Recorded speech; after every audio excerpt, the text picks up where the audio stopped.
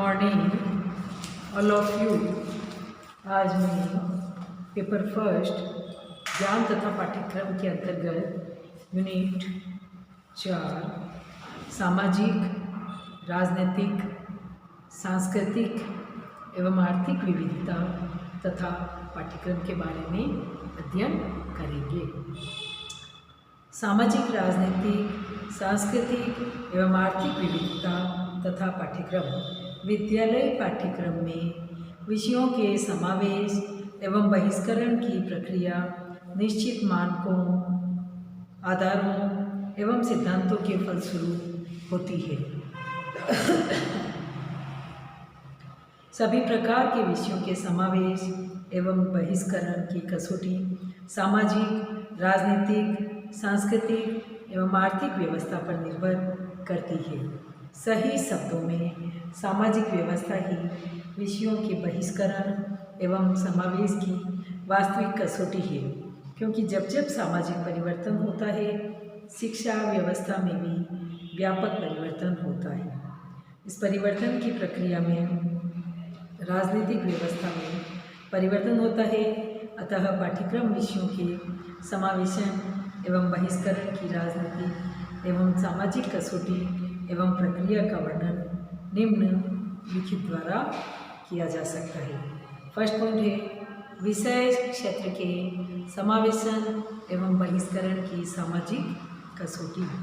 विषय क्षेत्र के समावेशन एवं बहिष्करण का संबंध प्रमुख रूप से सामाजिक व्यवस्था से होता है। सामाजिक कसौटी पर खरा उतरने वाला विषय व्यापक स्वरूप को धारण करता है, जैसे वर्तमान समय में कंप्यूटर विषय भारतीय एवं वैश्विक समाज की कसौटी पर खरा उतरता है।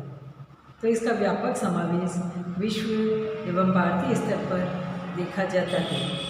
प्राथमिक स्तर से ही कंप्यूटर विषय को विद्यालय विषय में स्थान दिया जाता है। विषय क्षेत्र के समावेशन एवं बहिष्करण की सामाजिक कसौटी को निम्न रूप में स्पष्ट किया जा सकता है।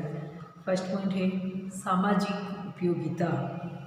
विद्यालय पाठ्यक्रम में उस विषय का समावेश निश्चित एवं अनिवार्य रूप से होगा जो कि सामाजिक क्षेत्र में उपयोगी सिद्ध होता है। वर्तमान समय में विज्ञान एवं गणित का समावेश व्यापक स्तर पर किया जाता है। प्राथमिक व्यवस्था में भी विज्ञान का पाठ्यक्रम में समावेशन परिवेशीय घटनाओं के रूप में कक्षा 1 से ही देखा जाता है। इसके विपरीत जो विषय अनुपयोगी सिद्ध होते हैं उनका बहिष्करण किया जाता है, जैसे दार्शनिक ज्ञान, आदर्शवादिता से संबंधित विषयों को विद्यालय पाठ्यक्रम में महत्वपूर्ण स्थान नहीं दिया जाता है, क्योंकि ये विषय सामाजिक कसौटी पर अनुपयोगी सिद्ध हो चुके हैं। सेकेंड है सामाजिक महत्व। जिस विषय क्षेत्र का सामाजिक व्यवस्था में महत्वपूर्ण स्थान होता है, उस विषय का विद्यालय पाठ्यक्रम में समावेश होता है। इसके विपरीत जिस विषय को समाज में महत्वपूर्ण स्थान प्राप्त नहीं होता, उसका विद्यालय पाठ्यक्रम में से बहिष्करण किया जाता है। जैसे प्राचीन काल में वैदिक शिक्षा में धर्म एवं अध्यात्म का महत्वपूर्ण स्थान समाज में था, इसलिए धर्म संबंधी शिक्षा दिए जाने का प्रावधान विद्यालयों में था। इसके विपरीत वर्तमान समय में धर्म एवं आदर्शों का प्रभाव कम हो गया है तथा विद्यालय पाठ्यक्रम को धर्मनिरपेक्ष घोषित कर दिया गया है। धार्मिक शिक्षा का वर्तमान समय में सरकारी विद्यालयों में बहिष्करण देखा जाता है। थर्ड पॉइंट है सामाजिक विकास। समाज द्वारा जब यह स्वीकार किया जाता है विषय विशेष के द्वारा सामाजिक विकास की संभावना सर्वाधिक है, तो उस विषय को विद्यालय पाठ्यक्रम में महत्वपूर्ण स्थान दिया जाता है। जैसे विज्ञान एवं गणित का शिक्षण प्राथमिक स्तर से ही छात्रों को प्रदान किया जाता है, जबकि दार्शनिक विषयों को प्राथमिक स्तर से नहीं पढ़ाया जाता, क्योंकि इन विषयों का सामाजिक विकास से प्रत्यक्ष संबंध नहीं है। अतः विज्ञान एवं गणित का समावेश एवं दार्शनिक विषय संबंधी तथ्यों का बहिष्करण देखा जाता है। फोर्थ पॉइंट है सामाजिक संस्कृति।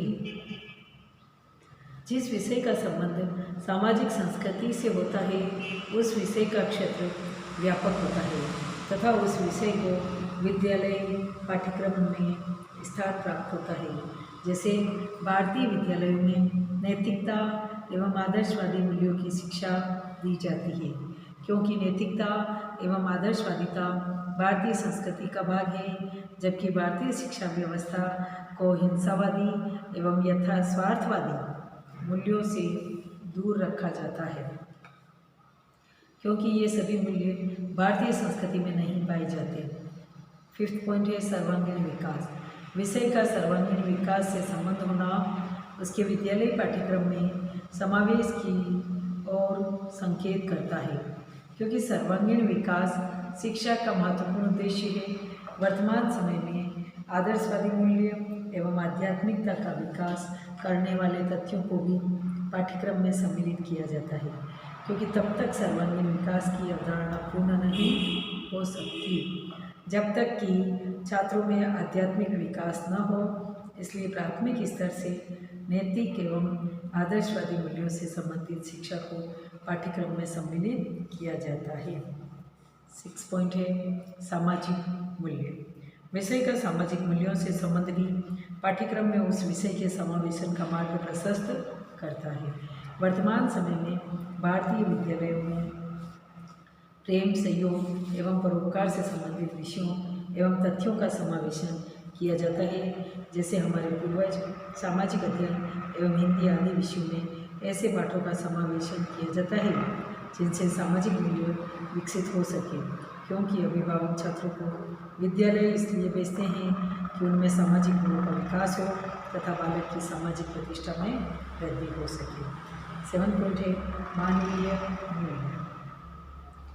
जिस समाज में मानवीय मूल्यों को स्थान दिया जाता है उस समाज द्वारा विद्यालय व्यवस्था से भी मानवीय मूल्यों के विकास की अपेक्षा की जाती है। इस आधार पर पाठ्यक्रम में मानवीय मूल्यों के विकास संबंधी विषय एवं सामग्री का समावेशन होता है। वर्तमान समय में भारतीय विद्यालयों में नैतिक शिक्षा का समावेशन प्राथमिक स्तर से ही किया जाता है। प्राथमिक स्तर से ही छात्रों में मानवीय मूल्यों के विकास की प्रक्रिया प्रारंभ कर दी जाती है। इसके विपरीत भाव रखने वाले विषयों का बहिष्करण किया जाता है। वैश्विक समाज 8 पॉइंट है। कुछ विषय ऐसे होते हैं जिनका संबंध वैश्विक समाज से होता है। गणित, विज्ञान, अंग्रेजी आदि।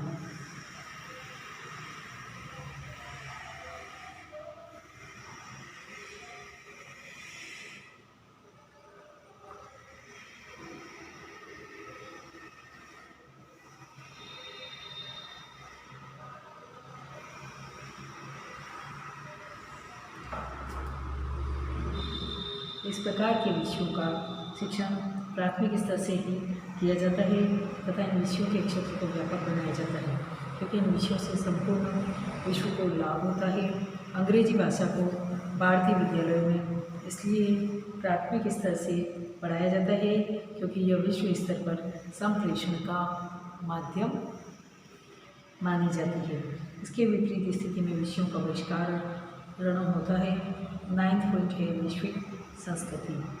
जिन विषयों का संबंध वैश्विक संस्कृति से होता है उन विषयों को विद्यालय पाठ्यक्रम में महत्वपूर्ण स्थान दिया जाता है, जैसे मानवाधिकार, कर्तव्य सूचना का अधिकार, सहयोग, सहभागिता एवं विश्व बंधुत्व आदि गुण वैश्विक संस्कृति के अंग माने जाते हैं। इस आधार पर प्राथमिक एवं उच्च प्राथमिक स्तर से छात्रों को अधिकार एवं कर्तव्यों का ज्ञान प्रदान किया जाता है तथा विश्व बंधुत्व की भावना उत्पन्न की जाती है, जिससे विश्व के सभी छात्रों में एक दूसरे के प्रति सकारात्मक भाव उत्पन्न होते हैं। इसके विपरीत भाव रखने वाले विषयों का बहिष्करण संभव होता है।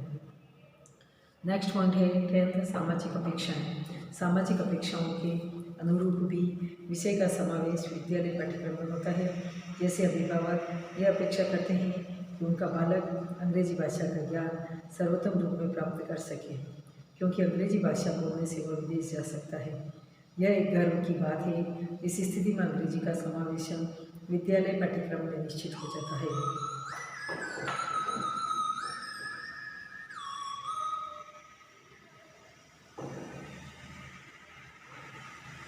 जैसे भारतीय समाज में इस प्रकार की अपेक्षा की जाती है, जिसके परिणाम स्वरूप प्राथमिक स्तर से अंग्रेजी भाषा के शिक्षण का प्रारंभ कर दिया गया।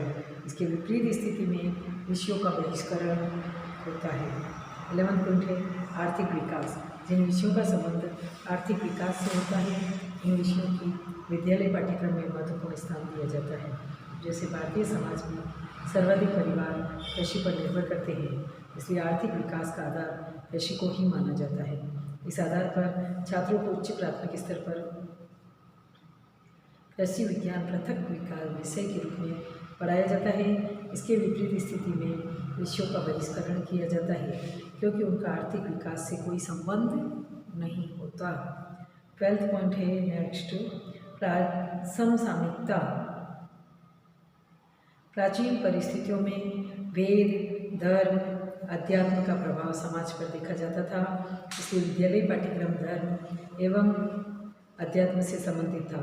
सम शिक्षा का उद्देश्य मोक्ष प्राप्त करना होता था और वर्तमान समय में सर्वांगीण विकास का प्रभाव देखा जाता है।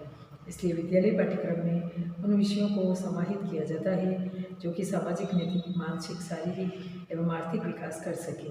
इस प्रकार समसामयिकता की कसौटी विषयों को समावेशन एवं बहिष्करण निश्चित करती है। 13 पॉइंट है अनुशासन। जो विषय विद्यालय पाठ्यक्रम के मध्य अनुशासनिक व्यवस्था की कसौटी पर खरे उतरते हैं, उनको महत्वपूर्ण स्थान प्रदान किया जाता है तथा उनके क्षेत्र का विस्तार संभव होता है।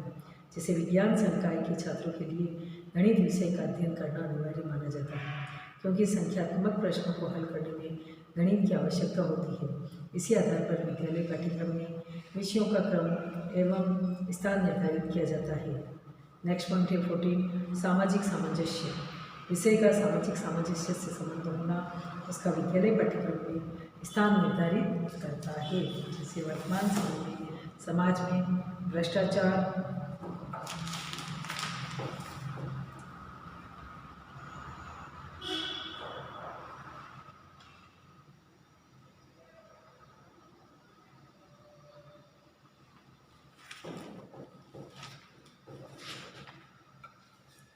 सामाजिक सामंजस्य वर्तमान समय में समाज में भ्रष्टाचार के कारण असंतुलन एवं असमानता की स्थिति है। प्रत्येक व्यक्ति यह अपेक्षा करता है इस भ्रष्टाचार से मुक्ति मिले। इसके लिए शिक्षा में नैतिकता, सदाचार एवं आदर्शवादी मूल्यों का विकास करने वाले विषयों को स्थान देने की सभी के द्वारा अनुशंसा की जाती है। उपरोक्त विवेचन से यह स्पष्ट होता है कि विविध सामाजिक कसौटियों के माध्यम से यह निश्चित होता है कि विद्यालय पाठ्यक्रम को समाजोपयोगी बनाने के लिए कौन कौन से विषयों का समावेशन होगा तथा कौन कौन से विषयों का बहिष्करण होगा। नेक्स्ट है विषय क्षेत्र के समावेशन एवं बहिष्करण की राजनीतिक कसौटी। सामान्य रूप से यह देखा जाता है कि सामाजिक एवं राजनीतिक कसौटियाँ परस्पर संबंधित होती है, परंतु राजनीतिक व्यवस्था का संबंध वैश्विक स्तर पर भी होता है। इसलिए ये राजनीतिक क्षेत्र की कसौटी किसी विषय विशेष के पाठ्यक्रम के समावेशन में उपयोगी सिद्ध होती है। जैसे भारतीय परिवेशन एवं समाज में संस्कृत एवं हिंदी को महत्व दिया जाता है, परंतु राजनीतिक दृष्टि से यह ज्ञात होता है कि अंग्रेजी भाषा का ज्ञान प्राप्त प्रत्येक छात्र के लिए आवश्यक है। फर्स्ट पॉइंट है राजनीतिक उपयोगिता। कुछ ऐसे विषय होते हैं जो कि राजनीतिक दृष्टि से उपयोगी होते हैं, जैसे भारतीय समाज में प्रजातांत्रिक शासन व्यवस्था है। इसके लिए सभी व्यक्तियों में राजनीतिक जागरूकता होनी चाहिए, जिससे सभी नागरिक मताधिकार का प्रयोग करके अच्छी सरकार का चयन कर सकें। इसी आधार पर प्राथमिक स्तर से छात्रों को कर्तव्य एवं अधिकार का ज्ञान कराया जाता है। सेकंड पॉइंट है राजनीतिक महत्व। राजनीतिक व्यवस्था का प्रमुख उद्देश्य सामाजिक विकास को तीव्र करना होता है, इसलिए वह राजनीतिक के आवश्यक है कि प्रत्येक छात्र प्राथमिक स्तर से ही राजनीतिक संरचना को समझ सके तथा उसमें अपनी सहभागिता निश्चित कर सके। इस आधार पर नागरिक शास्त्र विषय को उच्च प्राथमिक स्तर पर पृथक विषय के रूप में मान्यता प्रदान की गई है तथा प्राथमिक स्तर पर बाल सभा में अध्यक्ष का चुनाव करके चुनाव प्रक्रिया का ज्ञान प्रदान किया जाता है। थर्ड पॉइंट है राजनीतिक विकास। शैक्षिक विकास का राजनीतिक विकास से घनिष्ठ संबंध होता है। सरकार जिस विषय को राजनीतिक विकास एवं सामाजिक विकास के लिए उपयुक्त मानती है उस विषय के अध्ययन के लिए छात्रों को प्रेरणा प्रदान करती है। फोर्थ पॉइंट है राजनीतिक संस्कृति। उन विधियों को पाठ्यक्रम में महत्वपूर्ण स्थान प्राप्त होता है जो पारदर्शी राजनीतिक स्थिति का निर्माण करने में सहायक होती है।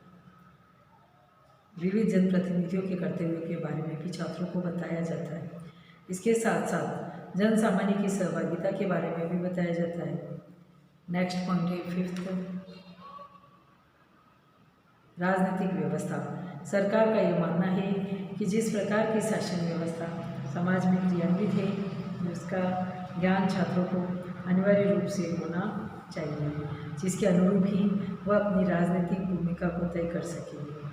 जो विषय सामान्य रूप से राजनीतिक व्यवस्था एवं तथ्यों का ज्ञान कराते हैं उन विषयों का समावेशन पाठ्यक्रम में होता है तथा उनका क्षेत्र भी व्यापक होता है।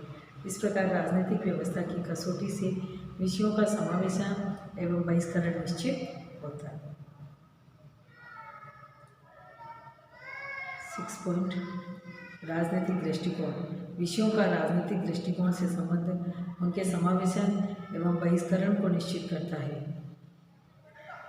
इस आधार पर ही छात्र राजनीतिक विकास की प्रक्रिया को समझते हैं तथा इसमें अपनी भूमिका का निर्वहन करते हैं। इसी क्रम में इतिहास को विद्यालय विषयों की श्रृंखला में महत्वपूर्ण स्थान दिया गया है। 7 पॉइंट है राजनीतिक मूल्य। विषय का संबंध यदि राजनीतिक मूल्यों के विकास से होता है तो उस विषय को विद्यालय पाठ्यक्रम में महत्वपूर्ण स्थान दिया जाता है। 8 पॉइंट है राजनीतिक सहभागिता। सामान्यतः जन सहभागिता ही राजनीतिक व्यवस्था का निर्माण करती है। इसलिए शिक्षित समाज में अभिभावक ये चाहता है उसके बालकों को राजनीतिक सहभागिता की दशाओं का ज्ञान होना चाहिए। इस संदर्भ में इतिहास एवं नागरिक जीवन संबंधी विषय एवं तथ्यों को सम्मिलित किया जाता है अतः राजनीतिक सहभागिता की कसौटी विषयों एवं तथ्यों का समावेशन एवं बहिष्करण निश्चित करती है। 9 पॉइंट है राजनीतिक उत्तरदायित्व। प्रत्येक समाज में प्रत्येक व्यक्ति के राजनीतिक दायित्वों को निश्चित किया जाता है। इस प्रक्रिया में विषयों का महत्वपूर्ण स्थान होता है। 10 पॉइंट है राजनीतिक जागरूकता। जो विषय राजनीतिक जागरूकता प्रदान करता है उनको विद्यालय पाठ्यक्रम में स्थान अनिवार्य रूप से दिया जाता है। जैसे राजनीतिक अधिकार एवं कर्तव्यों से संबंधित विषय, उपभोक्ता अधिकार एवं कर्तव्य एवं सामाजिक न्याय प्राप्त करने की स्थितियों को स्पष्ट करने वाले तथ्य एवं विषय व्यापक रूप से पाठ्यक्रम में स्थान प्राप्त करते हैं। 11 पॉइंट है राजनीतिक अपेक्षाएं। वर्तमान समय में राजनीतिक अपेक्षाएं के रूप में सर्वजन हिताय एवं सर्वजन सुखाय की भावना का समावेश देखा जाता है। इस लक्ष्य को प्राप्त करने के लिए प्रत्येक व्यक्ति को सामाजिक न्याय की प्राप्ति होनी चाहिए तथा उसको शोषण से बचना चाहिए। इन सभी आवश्यकताओं की पूर्ति जिस विषय के माध्यम से होती है उस विषय को विद्यालय पाठ्यक्रम में उचित स्थान प्राप्त होता है। इसके विपरीत भाव वाले विषयों को उचित स्थान प्राप्त नहीं होता। नेक्स्ट 12 पॉइंट है वैश्विक राजनीति। वैश्विक राजनीतिक व्यवस्था में प्रत्येक देश की सहभागिता एवं भूमिका होती है। प्रत्येक देश ये चाहता है उसके नागरिकों का विश्व स्तर पर सर्वोत्तम प्रदर्शन हो। इसके लिए उनको उन विषयों की राजनीतिक व्यवस्था संबंधी सामान्य तथा विविध वैश्विक राजनीतिक व्यवस्थाओं के स्वरूप को बताया जाना है, जिससे उसी प्रकार की व्यवस्था उस देश में क्रियान्वित हो सके। जैसे प्रजातांत्रिक व्यवस्था का व्यापक प्रचार प्रसार देखा जाता है, क्योंकि इस व्यवस्था को इस समाज में व्यापक रूप से स्वीकार किया जाता है। 13 पॉइंट है राजनीतिक दर्शन। जिन विषयों का संबंध विविध राजनीतिक दर्शनों से होता है उनको भी पाठ्यक्रम में उचित स्थान प्राप्त होता है। जिस प्रकार के राजनीतिक दर्शन को स्वीकार किया जाता है, विद्यालय पाठ्यक्रम में उसी राजनीतिक दर्शन से संबंधित तथ्यों का समावेश होता है। इस आधार पर वर्तमान समय में प्रजातांत्रिक दर्शन से संबंधित तथा व्यापक रूप से विद्यालय पाठ्यक्रम में स्थान प्राप्त करते हैं। 14 पॉइंट है राजनीतिक अनुशासन। विद्यालय पाठ्यक्रम में उन विषयों एवं तथ्यों का समावेशन होता है जो कि सामाजिक एवं राजनीतिक अनुशासन से संबंधित होते हैं। जैसे भारतीय समाज में राजा का प्रमुख कार्य जनता की सेवा करना होता है। इसी आधार पर विद्यालय पाठ्यक्रम में राजा के सदाचारी एवं अनुकरणीय रूप का प्रदर्शन किया जाता है तथा उसके प्रमुख कार्य को जनता की सेवा के रूप में प्रदर्शित किया जाता है। उपरोक्त विवेचन से यह स्पष्ट हो जाता है कि राजनीतिक कसौटियाँ भी प्रत्यक्ष एवं अप्रत्यक्ष रूप से सामाजिक एवं आर्थिक विकास से संबंधित होती है, क्योंकि सामाजिक आकांक्षाओं एवं व्यवस्था के अनुरूप राजनीतिक व्यवस्था स्थापित होती है और भारतीय समाज में प्रजातंत्र की अवधारणा कार्य करती है, तो पाकिस्तान में सैनिक शासन की स्थिति देखी जाती है। अनेक अवसरों पर यह देखा जाता है कि विद्यालयों में छात्रों का सामाजिक स्तर, आर्थिक स्तर, सांस्कृतिक स्तर एवं व्यक्तिगत स्तर भिन्न भिन्न होता है। इस प्रकार के छात्रों के साथ शिक्षक का व्यवहार या शिक्षक का संबंध एक ही प्रकार का नहीं हो सकता, क्योंकि विविध प्रकार की स्थितियाँ छात्रों के लिए विभिन्न आवश्यकताओं को जन्म देती है। जैसे एक छात्र मध्याह्न भोजन में दाल चावल हाथ से खाता है, उस छात्र का परिवार दक्षिण भारत से संबंधित है, तथा जो छात्र चम्मच से दाल चावल खाता है उसका परिवार आगरा शहर से संबंधित है। इस स्थिति में दोनों के मध्य सांस्कृतिक भिन्नता पाई जाती है की पूर्ति नहीं कर सकती है। अनेक इन सभी भिन्नताओं को बिना समझे शिक्षक छात्रों की शैक्षिक आवश्यकताओं की पूर्ति नहीं कर सकता है। इस स्थिति में शिक्षक द्वारा किया जाने वाला समान व्यवहार भी तर्कसंगत नहीं होगा, क्योंकि प्राथमिक स्तर पर बालक का स्वभाव बड़ा कोमल होता है। इसलिए शिक्षक को सभी छात्रों की विभिन्नताओं को समझकर ही उनके साथ व्यवहार करना चाहिए। एक ही प्रकार के नियम, पाठ्यक्रम एवं शिक्षण विधियाँ एवं पाठ्यक्रम सर्गामी क्रियाएं छात्रों की शैक्षिक आवश्यकताओं की पूर्ति नहीं कर सकेंगे। अतः शिक्षक को सर्वप्रथम छात्रों की भिन्नताओं को समझना चाहिए। इसके बाद ही छात्रों की शैक्षिक एवं व्यक्तिगत आवश्यकताओं हेतु प्रयास करना चाहिए। भारतीय विद्यालयों में पाठ्यक्रमीय व्यवस्था समानता, स्वतंत्रता एवं सामाजिक न्याय की ओर संकेत करती है, जिसके परिणाम स्वरूप राजनीतिक व्यवस्था पूर्णतः उपयोगी सिद्ध होती है। अतः सामाजिक एवं राजनीतिक कसौटियों के आधार पर सर्वोत्तम पाठ्यक्रम का निर्माण किया जा सकता है। जैसे भारतीय समाज में राजा का प्रमुख कार्य जनता की सेवा करना होता है। इसी आधार पर विद्यालय पाठ्यक्रम में राजा के सदाचारी एवं अनुकरणीय रूप का प्रदर्शन किया जाता है तथा इसके प्रमुख कार्य को जनता की सेवा के रूप में प्रदर्शित किया जाता है। इस प्रकार समाज एवं राजनीतिक दोनों के मध्य अनुशासन स्थापित होता है। इससे संबंधित तथ्य एवं विषय विद्यालय पाठ्यक्रम में स्थान प्राप्त करते हैं।